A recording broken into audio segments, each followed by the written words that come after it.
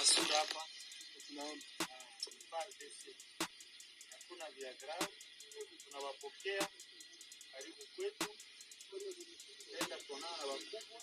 Matukio kadhaa yenye kuleta wasiwasi, vita, mvurugo inazidi kuripotiwa Minembwe Centre na Mikenge, na hivyo leo mpenzi mtazamaji, tutakuwa huko Minembwe ambako watu 25 ni kusema waasi wa M23 wanaoshirikiana na Red Tabara waliweza kujisalimisha kwa jeshi la wazalendo wanaoshirikiana na vikosi vya serikali ya FARDC.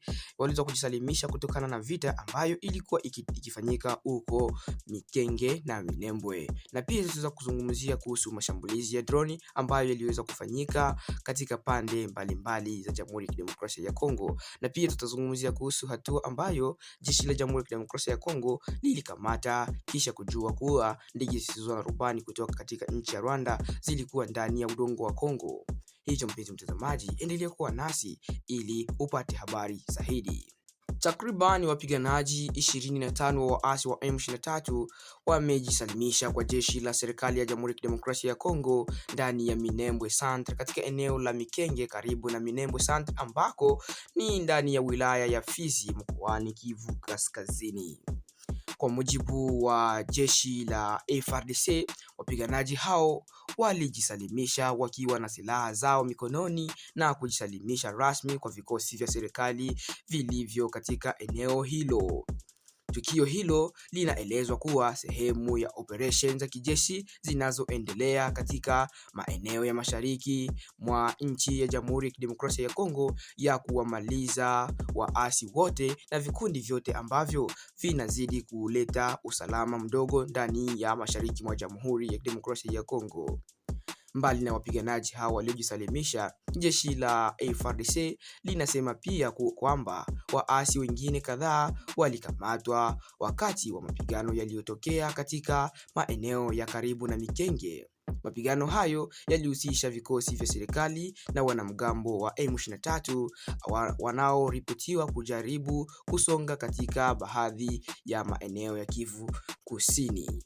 Vyanzo vya kijeshi vinaeleza kuwa hali ya usalama katika maeneo hiyo inaendelea kufuatiliwa kwa karibu, huku operesheni za kijeshi zikiendelea ili kuzuia kusambaa kwa makundi ya waasi na kurejesha utulivu wa wananchi ambao wanazidi kupata matokeo mabaya kutokana na vita hizo. Kwa upande wa baadhi ya wakaazi wa maeneo hayo na eneo ya karibu na Minembwe, wanasema kuwa wanatumaini kuwa kujisalimishwa kwa waasi hao kutasaidia kupunguza mapigano ambayo kwa muda mrefu yamekuwa yakisababisha hofu na hatari maisha ya raia.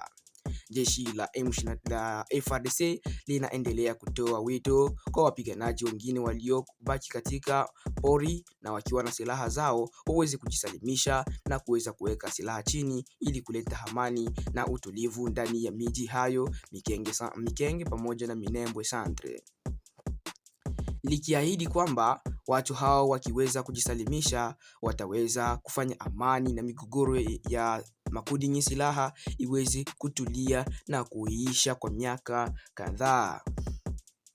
Mapigano hayo kati ya jeshi la serikali na makundi ya waasi bado yanaendelea kuripotiwa katika sehemu mbalimbali za mashariki mwa Jamhuri ya Kidemokrasia ya Kongo. Tukiachana na kusalimishwa huko kwa waasi hao, tuliweza kupokea habari kuwa jengo kuu la redio ya Ngoma ya Amani iliweza kuharibiwa ndani ya mji wa Minembwe, na droni iliweza kuharibiwa kutokana na mashambulizi ya droni. Na droni hiyo inasemekana kuwa ilitoka upande wa jeshi la serikali la FARDC wanaoshirikiana na wazalendo.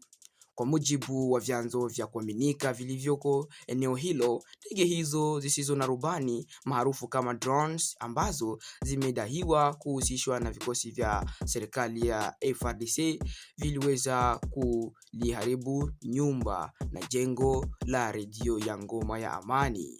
Vyanzo hivyo vinaeleza kuwa mashambulizi hayo yalilenga majengo hayo ambayo hutumiwa ili kusambaza habari kwa wakazi wa Minembwe na maeneo ya hapo karibu.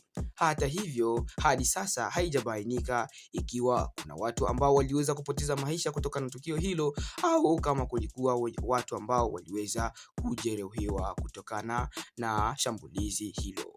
Mashambulizi ya drone yamekuwa tu kama ni vita ambayo inaendelea kutumiwa, ni method mpya ambayo inazidi kutumiwa ili kuendelesha operation hiyo ya kumaliza waasi, na drone hizo zinaendelea kutumiwa ili kumaliza vikosi vya waasi. Na kwa upande mrefu sasa, maeneo hayo ya Fizi yanaendelea kupata mashambulizi makali ya drones.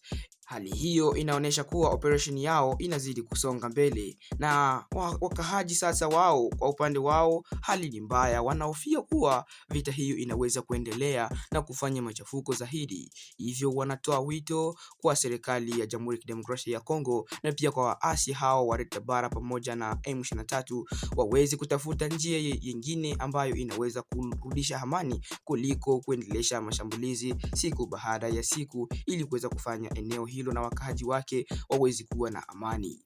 Wakati huo mamlaka za kijeshi na za serikali zinaendelea kufuatia kwa karibu hali ya usalama katika maeneo ya mashariki mwa Jamhuri ya Kidemokrasia ya Kongo, na operation ya hiyo inaendelea kusonga mbele ili kuweza kuharibu pande zozote na watu wote ambao wanajulikana kuwa ni waasi.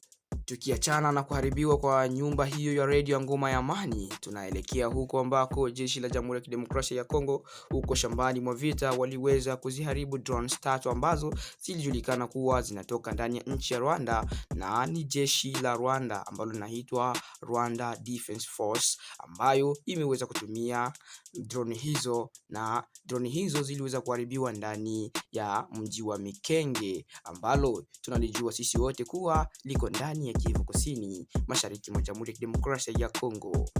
Kwa mujibu wa msemaji wa operation za Sukola D katika sekta ya Kivu Kusini, Luteni Mbuyi Kalonji ameweza kusema tukio hilo lilitokea Jumanne tarehe 10 Machi mwaka huu.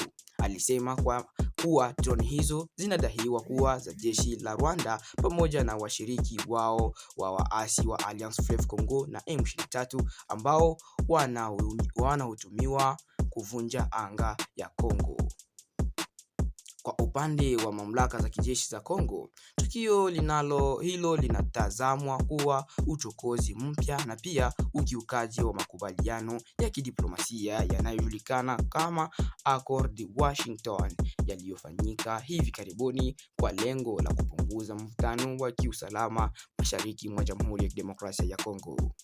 Katika taarifa yake, msemaji wa jeshi alisisitiza kuwa vikosi vya FARDC vinaendelea kuwa makini na wenye nidhamu na tayari kulinda uhuru pamoja na mipaka ya taifa Jamhuri ya Kidemokrasia ya Kongo.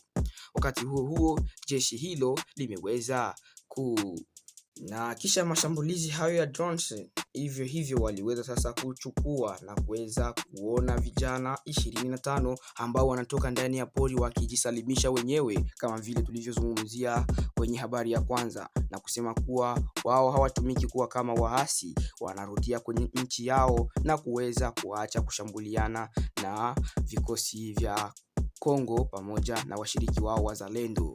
Na hivyo hizo zilikuwa ni habari zetu za siku ya leo. Mpenzi mtazamaji, tunayo furaha kubwa sana kuwa pamoja nawe, na hivyo jikaze uweze kuonyesha ikiwa unathamini kazi ambayo tunaendelea kufanya siku baada ya siku, kwa kuweza kushare, kucomment na pia kusubscribe, ili tuweze kupata nguvu ya kukuletea habari na Kwetu News 24 ambazo ziko hakika na zenye kueleweka. Tunakushukuru.